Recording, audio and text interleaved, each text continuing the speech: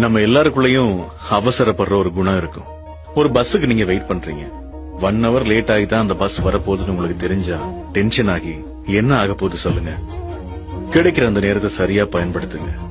ஒரு புக் வாசிங்க, உங்க மனசுக்கு பிடிச்சவங்களோட பேசுங்க, 4 நல்ல பாட்டு கேளுங்க. இதெல்லாம் எதுக்கு சொல்றேன்னா, நம்ம நினைச்ச காரியம் உடனே நடக்கலன்னு சொல்லி டென்ஷன் ஆகுறதுனால எந்த நன்மையுமே கிடைக்க போறது இல்ல.